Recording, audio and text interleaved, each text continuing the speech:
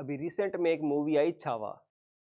उस मूवी को देखने के बाद मध्य प्रदेश में बुरहानपुर विलेज के लोग असीरगढ़ फोर्ट के आसपास खुदाई करना शुरू करते हैं इस एक्सपेक्टेशन में कि मुगल काल का कोई ना कोई दबा हुआ खजाना उनको मिल जाएगा। अब ऐसा कुछ मूवी में दिखाया गया होगा, मैंने तो वो मूवी देखी नहीं, लेकिन ऐसा माना जा रहा है कि मूवी में ऐसा कुछ दिखाया गया था और वहां से क्लू लेकर लोगों ने खुदाई करना शुरू कर दिया। वैसे खुदाई इस देश में रिसेंट पास्ट में चली रही है काफी जगह पर, लेकिन आप क्या उन लोगों का बौद्धिक क्षमता जज कर सकते हो जो सिर्फ मूवी देखने के बाद रात को 7 बजे खुदाई करना शुरू करते हैं और सुबह 3 बजे तक लगे रहते हैं, पुलिस को आके उनको भगाना पड़ता है। इस जैसे कई और इंसिडेंट देखने के बाद मुझे लगा क्या हम दोबारा से डार्क एज में एंटर तो नहीं कर रहे। अब डार्क एज का मतलब ये नहीं होता कि इलेक्ट्रिसिटी नहीं है, डार्क एज का मतलब ये कि बुद्धि की रोशनी नहीं है, इंटेलेक्चुअल डेक्लाइन है, लोग सवाल नहीं पूछते, सरेंडर कर देते हैं। ये फेज यूरोप में 5th सेंचुरी से लेकर 14th सेंचुरी के बीच में था। तब वहां पर चर्च काफी हावी था और साइंस को पीछे धकेल दिया गया था।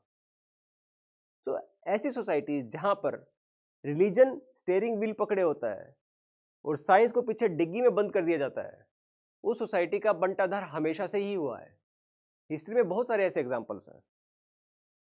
और जहां पर साइंस को फोकस किया गया और रिलीजन को थोड़ा पीछे रखा गया, वहां पर डेवलपमेंट ऑटोमेटिकली हुई।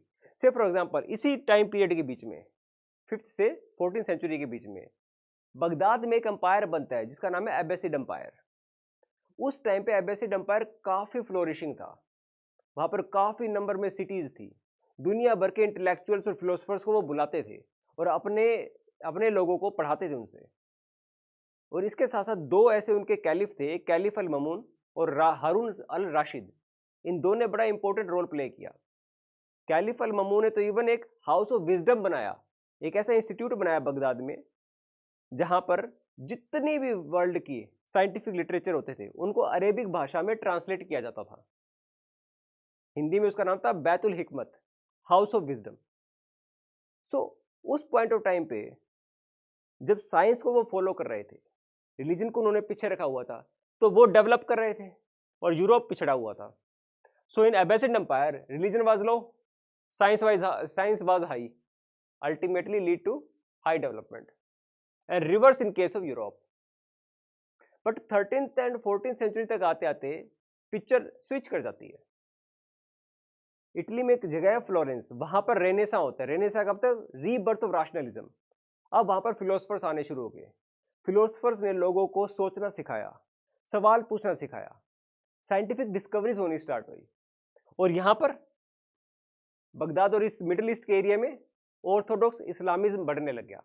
और जैसे ही रिलीजन यहां बढ़ने लगा तो ये डाउन हो गए और यूरोप ऊपर चढ़ गया। सो इक्वेशन बड़ी सिंपल है, जिस भी देश में कर्म से ज्यादा धर्म की बात होती है उसका बंटाधार सुनिश्चित है। ऐसा हिस्ट्री में हुआ है और हिस्ट्री ऑलवेज रिपीट इटसेल्फ। अब आप अपने देश में देखो क्या हो रहा है। दिल्ली यूनिवर्सिटी की प्रिंसिपल, किसी कॉलेज की प्रिंसिपल क्लासरूम में गोबर लगा रही है, थोड़ा सा अपने दिमाग में भी लगा ले। सीज फायर किया गवर्नमेंट ने और लोग ट्रोल कर रहे हैं विक्रम मिश्री को। आई मीन कुछ भी हो रहा है देश में, कुछ भी। लोग ये मानते हैं कई सारे कि गाय ऑक्सीजन लेती है तो ऑक्सीजन नहीं छोड़ती है। अब इस टाइप के एग्जांपल देख के आपको नहीं लगता कि हम दोबारा से डार्क एज में एंटर कर रहे हैं, हम रिवर्स जा रहे हैं? कितना इंपॉर्टेंट हो जाता है इस टाइम पे कि आप जैसे लोग, हम जैसे लोग आगे आए और लोगों को समझाएं। बड़ा क्रिटिकल टाइम है अब इस देश का। अगर हम इस टाइम पे चुप भी रहे तो indirectly we are supporting these kind of negative powers and we also will be held responsible for detriment of this country. So हमें कुछ तो ऐसा करना पड़ेगा कि इस डार्क एज में हम ना जा पाए। तो कॉन्स्टिट्यूशन में एक बड़ा बड़ा खूबसूरत वर्ड है, इसका नाम है scientific temper. Develop that scientific temper. हर चीज को इंपीरिकली प्रूव करने की कोशिश करो, don't take anything on the face of it. Bhagat Singh ने बोला था कि अगर हमें ग्रो करना है, अगर हमें प्रोग्रेसिव बनना है तो पिछली पुरानी जितनी भी चलती हुई ट्रेडिशन है ना, उन्हें हमें चैलेंज करना पड़ेगा। Challenge from the lens of science, from the lens of rationalism, then only we can develop this country. So like it, share it if you find this content useful. Thanks for watching.